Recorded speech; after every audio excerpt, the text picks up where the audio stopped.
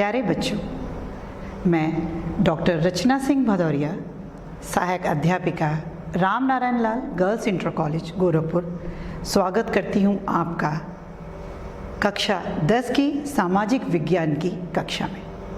बच्चों, जैसा कि हम हमेशा डिस्कस करते हैं और आपको बताते ही हैं कि हमारी पाठ्य पुस्तक है भारत व समकालीन विश्व भाग 2। ये हमारी इतिहास की ही पाठ्य पुस्तक है और इसके जीविका, अर्थव्यवस्था एवं समाज नामक द्वितीय खंड से हम पढ़ रहे हैं भूमंडलीकृत विश्व का बनना। बच्चों, अब तक हमने इसके 2 भाग पढ़े हैं। प्रथम भाग में हमने पढ़ा कि आधुनिक युग से पहले कैसे भूमंडलीकरण की प्रक्रिया चल रही थी। भाग 2 में जो हमने पढ़ा, एक बार हम चाहते हैं कि उसको भी हम रिवाइज कर लें आपके साथ। भाग 2 बच्चों हमारा 19वीं शताब्दी था, आधुनिक युग का। ये प्रथम विश्व युद्ध से पहले की बात है। इसमें हमने पढ़ा कि विश्व अर्थव्यवस्था का उदय किस प्रकार हो रहा था, तकनीक ने क्या भूमिका निभाई भूमंडलीकरण में। फिर हमने पढ़ा 19वीं सदी के आखिर में उपनिवेशवाद की स्थिति क्या थी और किस प्रकार पूरे विश्व में उपनिवेशवाद फैल रहा था। वहीं फिर हमने अफ्रीका के उपनिवेश के माध्यम से पढ़ा कि किस प्रकार रिंडरपेस्ट या मवेशी प्लेग नामक बीमारी ने अफ्रीका की समाज, अर्थव्यवस्था सब में नया परिवर्तन लाया और एक बहुत बड़े परिवर्तन के साथ वो सामने आया। भारत से अनुबंधित श्रमिकों का जाना हमने पढ़ा, गिरमिटिया मजदूर वाला पूरा प्रकरण हमने बड़े सहजता से समझा। विदेशों में भारतीय उद्यमी अपने आप को स्थापित कर रहे थे और ये बड़े बखूबी तरीके से उन्होंने किया, इसको भी हमने पढ़ा। और अंत में हमने पढ़ा भारतीय व्यापार, उपनिवेशवाद और वैश्विक व्यवस्था। बच्चों, एक और बात मैं हमेशा जैसे कह रही हूँ आपको यहाँ समझाने के लिए कि जब कभी भी हम पूरे विश्व के विषय में, परिदृश्य में कुछ पढ़ते हैं तो अपनी इस पाठ्य पुस्तक में उसे भारत के समकालीन विश्व के साथ हम पढ़ते हैं। आइए बच्चों, अपने अध्ययन को गति देते हैं और आगे बढ़ते हैं। पिछले अनुभाग को खत्म करते समय मैंने आपसे एक छोटा सा सहयोग चाहा था। मैंने पूछा था कि आप सब लोग एक प्रयास ज़रूर करें कि विश्व के मानचित्र पे प्रथम विश्व युद्ध में जिन जिन राष्ट्रों ने प्रतिभाग किया था उन्हें चिन्हित करें। उम्मीद है आप सब लोगों ने ये बखूबी किया होगा। चलें एक बार देखें, अभी हम इसको आगे भी पढ़ेंगे। बच्चों, प्रथम विश्व युद्ध 1914 में जो शुरू हुआ वो यूरोप से ही शुरू हुआ। ये अलग बात है कि कालांतर में पूरा विश्व उससे प्रभावित हुआ, मुख्य रूप से ये यूरोप से ही प्रारंभ हुआ। यूरोप में 2 गुटों के बीच ये युद्ध था। प्रथम गुट था मित्र राष्ट्र, इसमें ब्रिटेन, फ्रांस और रूस थे। दूसरा गुट था केंद्रीय राज्यों का, एक तरह से केंद्रीय देश थे, केंद्रीय शक्तियाँ थीं वो, और उसमें आपका जर्मनी था, ऑटोमन साम्राज्य था और ऑस्ट्रिया था। इसीलिए बच्चों, आपके इस मैप में हमने यूरोप को अलग से भी फोकस किया है, जिसमें हम फ्रांस, पोलैंड, जर्मनी इत्यादि को देख सकते हैं। ग्रेट ब्रिटेन तो आपको दिखाई ही दे रहा है, यहाँ रूस यानी कि रशिया है। और इस बार फिर हमारा फोकस इस उभरती हुई आर्थिक शक्ति के रूप में अमेरिका होगा। साथ ही हम भारत से संबंधित सारी क्रियाकलापों को भी समझेंगे और पढ़ेंगे। तो चलिए बच्चों, अपने अगले टॉपिक की तरफ, जो आज का हमारा भाग 3 है, महायुद्धों के बीच अर्थव्यवस्था। कहने का अर्थ है 2 महायुद्ध, प्रथम महायुद्ध, प्रथम विश्व युद्ध और द्वितीय विश्व युद्ध के बीच अर्थव्यवस्था कैसी थी। प्रथम विश्व युद्ध बच्चों 2 महायुद्ध की बात की है। तो प्रथम विश्व युद्ध 1914 1914 और द्वितीय विश्व युद्ध 1939। इन दोनों के बीच में अर्थव्यवस्था का स्वरूप क्या था, इसको आज हम पढ़ेंगे।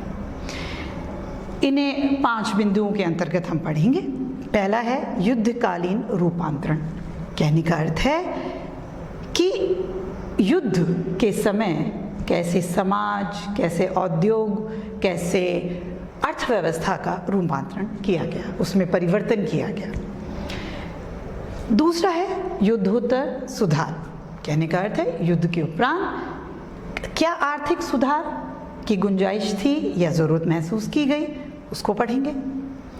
फिर पढ़ेंगे बड़े पैमाने पर उत्पादन और उपभोग। ये एक नया कंसेप्ट आज हम पढ़ेंगे और देखेंगे कि किस देश ने ये नया कंसेप्ट मास प्रोडक्शन का विश्व के सामने लेकर आया। फिर हम पढ़ेंगे महामंदी। ये हमारा चौथा टॉपिक होगा। इसको भी हम विस्तार से पढ़ेंगे और समझेंगे कि ये महामंदी क्या है और भारत के परिप्रेक्ष्य में महामंदी का क्या असर हुआ। चलिए बच्चों, आगे चलते हैं अपने बिंदु की तरफ, जो है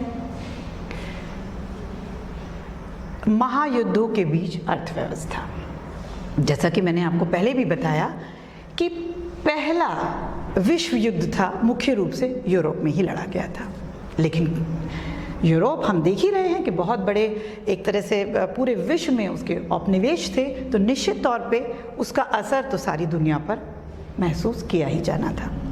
इस युद्ध ने विश्व अर्थव्यवस्था को एक ऐसे संकट में डाल दिया जिसे उबरने में दुनिया को 3 दशक लगे। 3 दशक से भी ज़्यादा समय लगा। इस दौरान पूरी दुनिया में चौतरफा आर्थिक एवं राजनैतिक अस्थिरता का माहौल बना था और अंत में क्या हुआ कि मानवता एक और विनाशकारी महायुद्ध के नीचे दब गई, कराने लगी। कहने का अर्थ है कि अभी हम उबर ही पा रहे थे इस अस्थिरता से, किसकी, आर्थिक और राजनीतिक, प्रथम विश्व युद्ध के बाद, कि अचानक से द्वितीय विश्व युद्ध भी हमारे सामने आ गया। आइए बच्चों, अपना पहला सब टॉपिक पढ़ते हैं, जो है युद्धकालीन रूपांतरण।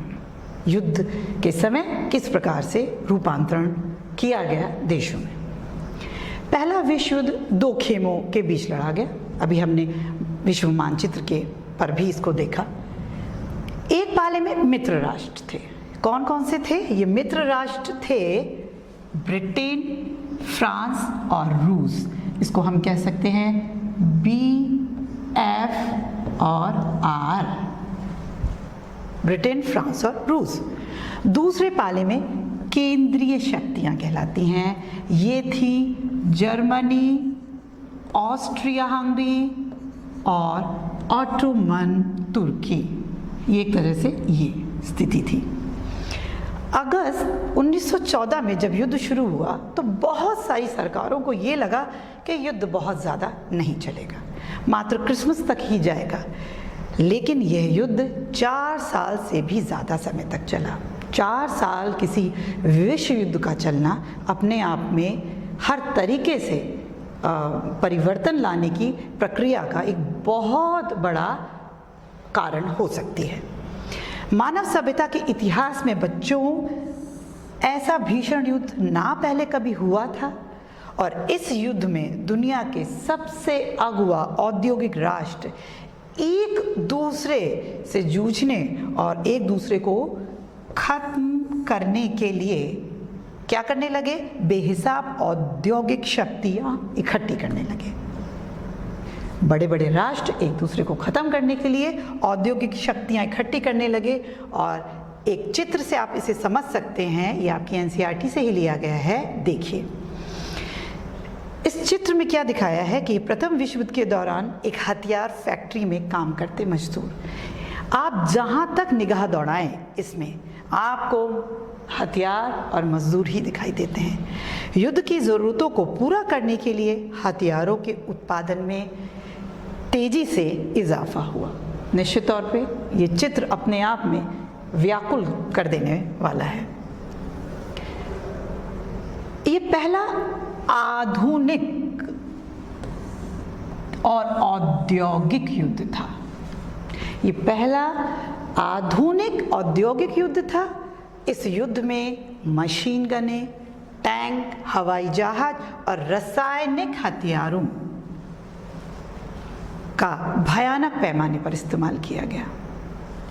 युद्ध के लिए दुनिया भर से असंख्य सिपाहियों की भर्ती हुई। दुनिया भर से क्यों हुई? वही जहाँ जहाँ जिसके उपनिवेश हैं उन उपनिवेशों से इन्होंने सैनिकों की भर्ती करी। भारत से भी प्रथम विश्व में बहुत सारे सैनिक गए थे और उन्हें विशाल जलपोतों, रेलगाड़ियों में भरकर युद्ध के मोर्चों तक पहुंचाया गया। इस युद्ध में मौत और विनाश की जैसी विभीषिका रची गई, उसकी औद्योगिक युग से पहले और औद्योगिक शक्ति के बिना कल्पना ही नहीं की जा सकती। ये औद्योगिक युग था और जिस तरह की विभीषिका और विनाश सामने आया वो निश्चित तौर पे कोई औद्योगिक शक्ति के बिना कर भी नहीं सकता था। वो भी एक औद्योगिकरण का नकारात्मक पक्ष कह लीजिए या स्वरूप कह लीजिए। युद्ध में 90 लाख से ज़्यादा लोग मारे गए और 2 करोड़ घायल हुए। मृतकों और घायलों में से ज़्यादातर कामकाजी उम्र के लोग थे। अतः यूरोप में काम करते जो लोग थे तो कामकाज के लायक लोगों की संख्या बहुत कम हो गई। फलतः क्या हुआ बच्चों? परिवार की आय गिर गई। परिवार की आय क्यों गिर गई? परिवार में जो काम करने वाले लोग थे जब उनकी मृत्यु हो गई, वो चले गए, तो निश्चित तौर पे परिवार में कमाने वालों की संख्या कम हो गई। युद्ध संबंधी सामग्री का उत्पादन करने के लिए उद्योगों का पुनर्गठन किया गया। ये हमने उस चित्र में भी देखा कि किस प्रकार एक बहुत बड़ी फैक्ट्री हथियार का निर्माण कर रही है। उद्योगों का पुनर्गठन किया गया और युद्ध की ज़रूरत के मद्देनज़र अब पूरे समाज को, क्या कहेंगे, पूरे ही समाज को बदल दिया गया। ये बहुत ध्यान से सुनिए बच्चों। समाज में भी बदलाव आया। कैसे? कि जब पुरुष वर्ग चला गया, निश्चित तौर पे महिला रह गई। महिला जो घर के कार्य किया करती थी, अब बाध्य होकर उन्हें पुरुषों के ना रहने पर समाज में निकलना पड़ा और वो कार्य करना पड़ा जो पुरुष किया करते थे। युद्ध के कारण दुनिया के कुछ सबसे शक्तिशाली आर्थिक ताकतों के बीच आर्थिक संबंध भी टूट गए। कहने का अर्थ ये है कि जो बड़े बड़े देशों के बीच में आर्थिक संबंध बने हुए थे एक दूसरे के फायदे और उसके हिसाब से, वो भी टूटे। युद्ध के लिए ब्रिटेन को अमेरिका बैंकों और अमेरिकी जनता से बहुत सारा कर्ज लेना पड़ा और फलतः अमेरिका जो कि कर्जदार देश हुआ करता था अब कर्जदाता देश बन गया। क्या बन गया? कर्जदाता देश बन गया, अर्थात कर्ज देने वाला बन गया। आइए बच्चों, आपने सेकंड सब टॉपिक युद्धोत्तर सुधार की तरफ चले तो हमने देखा कि अर्थव्यवस्था में किस प्रकार से परिवर्तन हुआ। अब देखिए युद्धोत्तर सुधार, यानी कि युद्ध के उपरांत समाज और अर्थव्यवस्था को किन सुधारों की जरूरत थी। युद्ध के बाद आर्थिक स्थिति को पटरी पर लाने का रास्ता काफ़ी मुश्किल साबित हुआ। निश्चित तौर पे इतना लंबा युद्ध था, इतना जनधन की हानि हुई, तो वापस उसी स्थिति में लाना आर्थिक स्थिति को काफ़ी मुश्किल था। युद्ध से पहले ब्रिटेन दुनिया का सबसे बड़ी अर्थव्यवस्था थी और युद्ध के बाद उसे ही सबसे लंबा संकट झेलना पड़ा। जिस समय ब्रिटेन युद्ध से जूझ रहा था उस समय बच्चों भारत और जापान, क्योंकि ये प्रत्यक्ष रूप से युद्ध में शामिल नहीं थे, इनमें उद्योगों का विकास हो रहा था, इनमें उद्योग बढ़ रहे थे। युद्ध के बाद भारतीय बाजार में पहले वाली वर्चस्वशाली स्थिति प्राप्त करने के लिए ब्रिटेन को थोड़ी अब मुश्किल होने लगी, क्योंकि जापान भी अब उसके मुकाबले में आ चुका था। युद्ध के खर्चों के लिए भरपाई करने के लिए ब्रिटेन ने अमेरिका से जमकर कर्ज लेना शुरू किया और परिणाम यह हुआ कि युद्ध खत्म होने तक ब्रिटेन भारी विदेशी कर्ज में दब चुका था।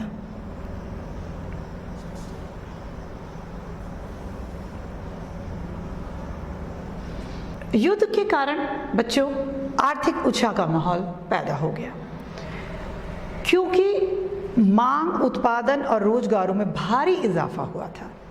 पर जब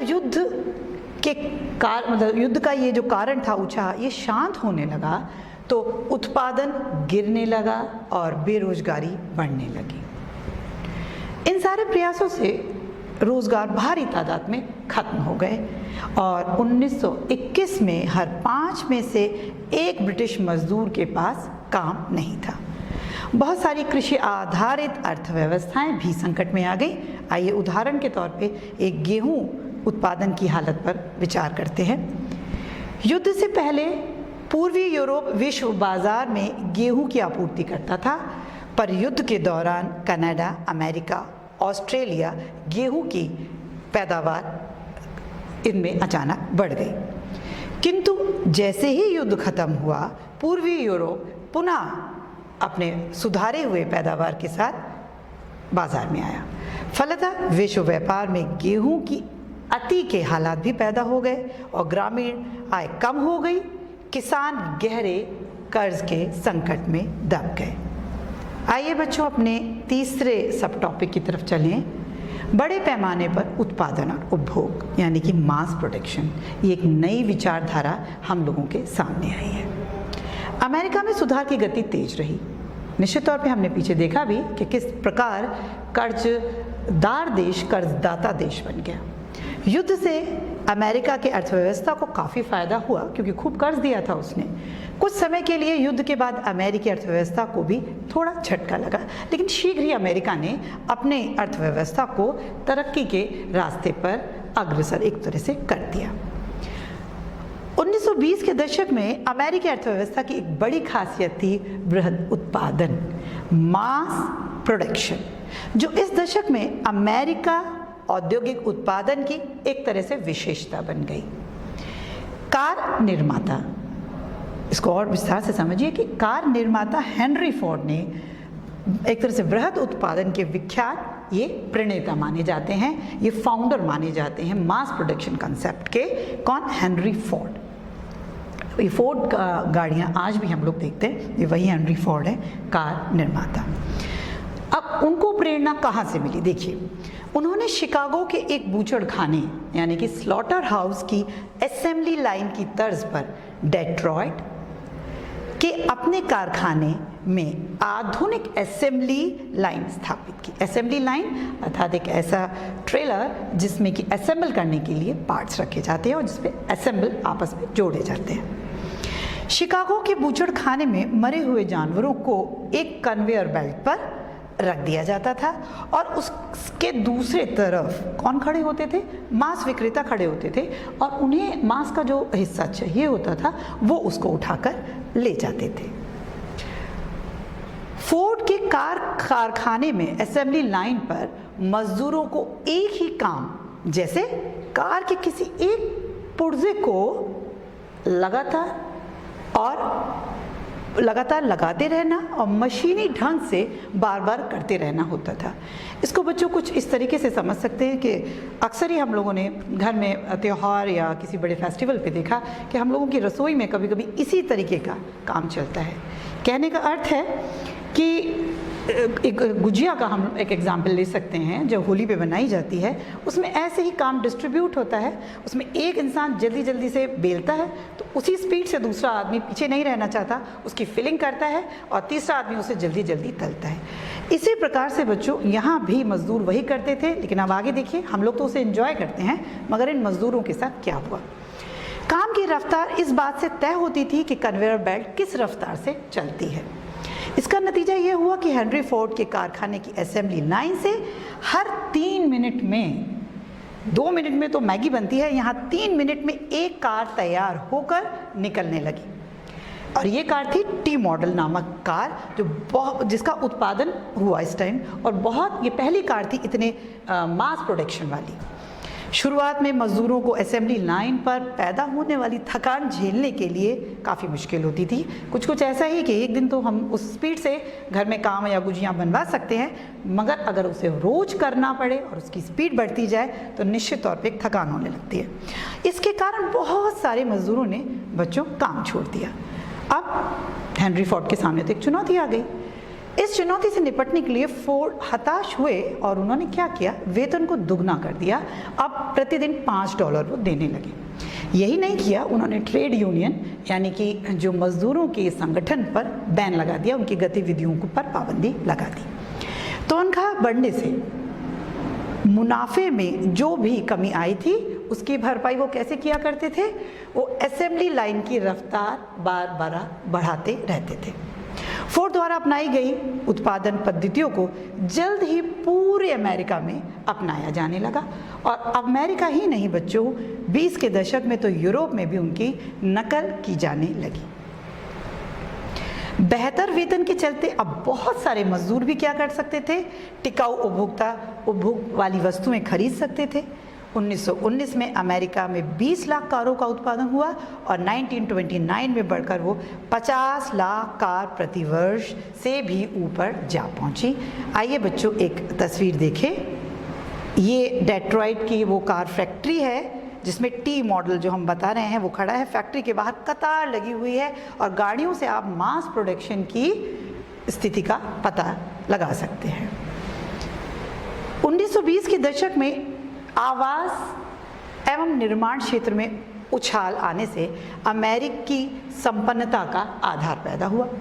मकानों के निर्माण और घरेलू जरूरतों की चीज़ों में निवेश से रोजगार और मांग बढ़ी तो दूसरी तरफ उपभोग भी बढ़ता गया, एक सर्किल की तरह। अब आगे देखिए, अब उपभोग जब बढ़ा तो ज़्यादा निवेश की ज़रूरत हुई जिससे और रोजगार व आमदनी में वृद्धि होने लगी।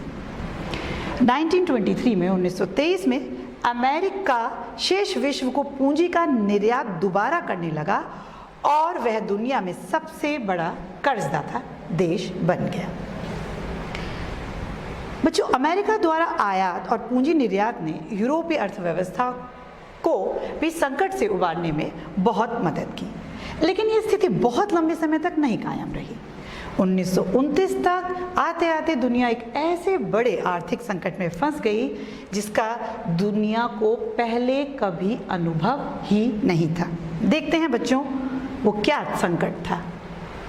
यहाँ हम देख सकते हैं एक स्त्री अपने बच्चों के साथ बैठी हुई है और एक फोटोग्राफर है डॉर्थी लैंग। इन्होंने बड़ा मार्मिक एक चित्र लिया है, इसे मैं आपके लिए पढ़ूंगी। एक मजदूर की कहानी है।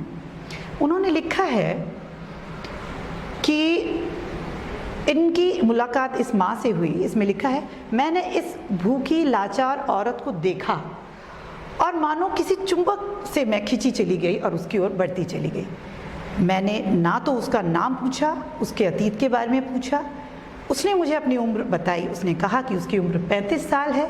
उसने कहा कि वे लोग यानी माँ और 7 बच्चे आसपास के खेतों में जाड़ों से जमी पड़ी सब्जियां और उन परिंदों के सहारे जिंदा हैं जिन्हें उनके बच्चे मार लाते हैं।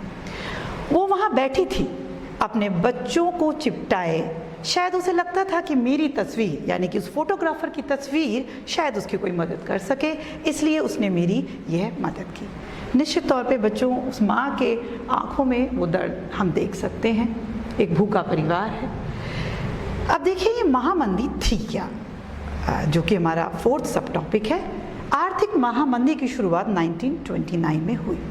ये संकट 30 दशक तक यानी कि 30 डिकेड्स तक रहा और इसके बाद क्या हुआ कि दुनिया के ज़्यादातर हिस्सों के उत्पादन, रोजगार, आय, व्यापार में भारी गिरावट आई। निश्चित तौर में जब इसमें गिरावट आएगी तो कोई भी अर्थव्यवस्था खड़ी नहीं रह सकती। इस मंदी का समय और असर सब देशों पर एक जैसा तो नहीं था, लेकिन आमतौर पर ऐसा माना जा सकता है कि कृषि क्षेत्रों और समुदायों पर इसका सबसे बुरा असर पड़ा। इस महामंदी के कई कारण थे। 2 कारण हम यहाँ डिस्कस करते हैं। पहला कारण है कि कृषि क्षेत्र में अति उत्पादन, एक्स्ट्रा प्रोडक्शन की समस्या आई। अभी हमने गेहूं के मामले में भी इसको देखा था और खरीदारों के अभाव में कृषि उपज पड़े पड़े सड़ने लगी थी। बच्चों दूसरा कारण है 1920 के दशक के मध्य में बहुत सारे देशों ने अमेरिका से कर्ज लेकर अपने निवेश संबंधी ज़रूरतों को तो पूरा किया। भले ही सब देशों में एक जैसा प्रभाव नहीं पड़ा, लेकिन अमेरिकी पूंजी के लौट जाने से, यानी कि वो कर्ज वापस लेने से पूरी दुनिया पर इसका असर पड़ने लगा। अब देखिए क्या हुआ। यूरोप में कई बड़े बैंक धराशायी हो गए, कई देशों की मुद्रा की कीमत बहुत बुरी तरह से गिर गई। इसके झटके से ब्रिटिश पाउंड भी नहीं बच पाया। अमेरिका सरकार इस महामंदी से अपने अर्थव्यवस्था को बचाने के लिए क्या करने लगी कि आयातित पदार्थों पर दुगना सीमा शुल्क वसूल करने लगी। इस फैसले ने तो विश्व व्यापार की जैसे कमर ही तोड़ दी। औद्योगिक देशों में भी मंदी का सबसे बुरा असर अमेरिका को ही झेलना पड़ा। कीमतों में कमी और मंदी की आशंका को देखते हुए अमेरिकी बैंकों ने घरेलू कर्ज तक देना बंद कर दिया। इससे हम समझ सकते हैं। बच्चों देखिए, खुद अमेरिका की वही डॉर्थी लैंग के एक पिक्चर है। बेरोजगारी के लाभ के लिए कतार में खड़े हुए मजदूर दिखाई दे रहे हैं और इसमें हम देख सकते हैं कि भत्तों के लिए किस प्रकार ये मजदूर लाइन में लगकर स्थानीय प्रशासन से कुछ भत्ते प्राप्त करने के आस में, उसकी आशा में खड़े हुए हैं।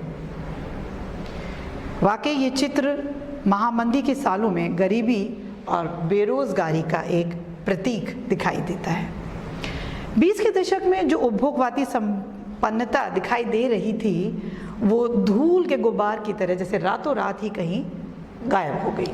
निवेश से अपेक्षित लाभ ना पा सकने से, कर्ज वसूल ना कर पाने से और जमाकर्ताओं की जमा पूंजी ना लौट पाने के कारण हजारों बैंक दिवालिया हो गए और बंद कर दिए गए। कुछ आंकड़े हम यहाँ देख सकते हैं कि 1933 में 4000 से ज़्यादा बैंक बंद हुए।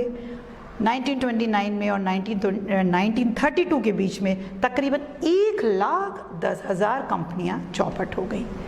यद्यपि 1935 तक ज़्यादातर औद्योगिक देशों में आर्थिक संकट से उबरने के संकेत दिखाई देते हैं, लेकिन बच्चों फिर भी समाजों, अंतर्राष्ट्रीय संबंधों और राजनीति तथा लोगों के दिलो दिमाग पर यह ऐसा छाप छोड़ गया कि उसे इतनी आसानी से नहीं भुलाया जा सकता था। आइए अब देखें भारत के परिप्रेक्ष्य में महामंदी ने क्या असर डाला।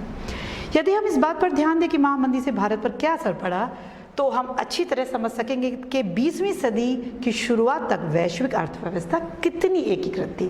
कहने का अर्थ यह है कि भारत प्रत्यक्ष रूप से युद्ध में शामिल नहीं था, लेकिन अगर इस पर भी महामंदी का असर पड़ा, इससे ये बात सिद्ध होती है कि वैश्विक एकीकरण की प्रक्रिया किस हद तक पहुंच चुकी थी। दुनिया के हिस्से में पैदा होने वाले संकट की एक जगह जो कपकपाहट पूरी दुनिया में फैल जाती थी और पूरी दुनिया की जिंदगी, अर्थव्यवस्था और समाज इससे प्रभावित हो उठते थे। पीछे देख चुके हैं कि औपनिवेशिक भारत में कृषि वस्तुओं का निर्यात और तैयार मालों का आयात जो था बढ़ा था। महामंदी ने भारतीय व्यापार को फौरन प्रभावित किया और इसमें भी हम देखते हैं 1928 से 34 के बीच में आयात निर्यात घट गया और 1928 और 34 के बीच में गेहूं की कीमत भी 50% गिर गई। शहरी निवासियों के मुकाबले किसानों और काश्तकारों को ज़्यादा नुकसान हुआ। कृषि उत्पादन की कीमत तेज़ी से गिरने लगी, लेकिन बच्चों यहाँ सरकार ने फिर भी लगान वसूल किया और छूट नहीं दी। बंगाल में जूट और पटसन के उत्पादकों की एक बहुत दारुण कथा यहाँ लिखी है। वो उगाते तो थे, लेकिन क्योंकि जो टाट की बोरियां थी वो अब निर्यात नहीं होती थी, इसलिए क्या हुआ कि एक बंगाल के कवि ने भी बड़ा दुखद लिखा है, चलो भाइयों नकद की उम्मीद में और ज़्यादा पटसन तुम उगाओ, लागत कर्ज में पिस कर नाउम्मीदी पाओ, सारी पूंजी लगा फंसा फसल खड़ी कर जाओ, घर पर बैठे बनिया देंगे 5 रुपये मन भाव। यानी कि जो आप उत्पादन करेंगे उसका आपको लाभ मिलेगा ही नहीं। मंदी के इन्हीं सालों में बच्चों भारत से कीमती धातुएं बाहर जाने लगी। यहाँ तक कि अर्थशास्त्री कीन्स ने यहाँ तक कहा है कि इसी भारतीय सोने के निर्यात ने वैश्विक अर्थव्यवस्था को पुनर्जीवित किया और ब्रिटेन की आर्थिक दशा इसी ने ही सुधारी थी। उसी समय बच्चों 1931 में हमारे यहाँ हमने पढ़ा है इसे भारत राष्ट्रवाद में कि महात्मा गांधी ने सविनय अवज्ञा आंदोलन शुरू किया और उसने भी बहुत हद तक यहाँ की दशा को सुधारने का प्रयास किया। आइए बच्चों अब रिवाइज करते हैं। आज हमने क्या पढ़ा? आज हमने महायुद्धों के बीच अर्थव्यवस्था में युद्धकालीन रूपांतरण, युद्धोत्तर सुधार, बड़े पैमाने पर उत्पादन और उपभोग का नया कंसेप्ट, महामंदी क्या थी और भारत ने महामंदी को कैसे झेला, इसको हमने पढ़ा। बच्चों, गृह कार्य देने से पूर्व मैं फिर चाहूंगी कि विश्व मानचित्र पे अगले अंक के लिए आप देखिए कि द्वितीय विश्व युद्ध में कौन कौन से देश शामिल थे और वो कौन थे जो प्रथम विश्व युद्ध में नहीं थे। आए गृह कार्य देखिए संक्षेप में। विश्व युद्ध के कारण यूरोप में कामकाजी उम्र के पुरुषों की मौत पर आपको टिप्पणी लिखनी है और भारतीय अर्थव्यवस्था पर महामंदी का प्रभाव आपको बताना है, और वहीं आपको चर्चा में लिखना है, व्याख्या करनी है महामंदी के कारणों की। बच्चों, आज के लिए इस तीसरे भाग से इतना ही। अब अगले चौथे और अंतिम भाग में हम फिर मिलेंगे।